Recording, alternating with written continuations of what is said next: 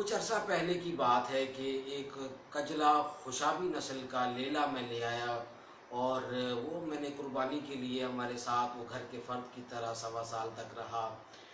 تو ایک دن روایت کے اور معمول کے مطابق میں اسے دفتر سے آیا اور گھمانے کے لیے باہر لے گیا۔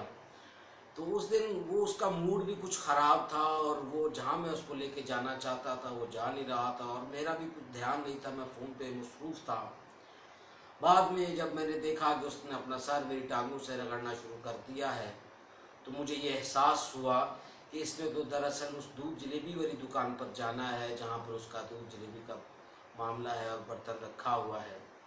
تو وہاں سے گزرتے ہوئے یہ معاملہ جب طے ہوا تو مجھے یہ احساس ہوا کہ بھولو کو کتنا احساس ہے مجھ پر، اور کتنا یقین ہے مجھ پر کہ اس کی ساری ضروریات میں نے پوری کرنی ہے، جبکہ اس کے مقابلے میں بحیثیت انسان میرا اپنے اللہ پر کتنا توکل ہے، اور کتنا یقین ہے، اور کتنا واسطہ اور کتنا تعلق میں نے رکھا ہے۔